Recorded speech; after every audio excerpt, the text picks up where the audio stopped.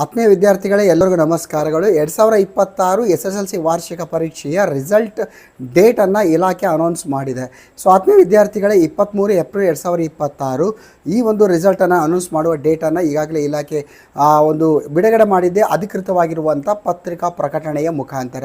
So ಆತ್ಮೀಯ ವಿದ್ಯಾರ್ಥಿಗಳೇ, ಈ ಒಂದು ರಿಸಲ್ಟನ್ನು ನೀವು www.corresults.nic.in ಸೊ ಈ ಒಂದು ವೆಬ್ಸೈಟ್ ಮುಖಾಂತರ ನೀವು ನೋಡ್ಬೋದು. ಸೊ ವಿದ್ಯಾರ್ಥಿಗಳೇ, ಈಗ ಒಂದು ವರ್ಷ ಪೂರ್ತಿ ಚೆನ್ನಾಗಿ ನೀವು ಸ್ಟಡಿಯನ್ನು ಮಾಡಿದ್ದೀರಿ, ಖಂಡಿತವಾಗಿ ಕೂಡ ಉತ್ತಮ ಅಂಕಗಳು ಬಂದೇ ಬರ್ತವೆ ಅಂತ ಹೇಳ್ತಾ, ಸೊ ವಿದ್ಯಾರ್ಥಿಗಳೇ ನಾಳೆಲ್ಲ ರಿಸಲ್ಟ್ನಲ್ಲಿ ಉತ್ತಮವಾದ ಅಂಕಗಳನ್ನು ಪಡೀರಿ.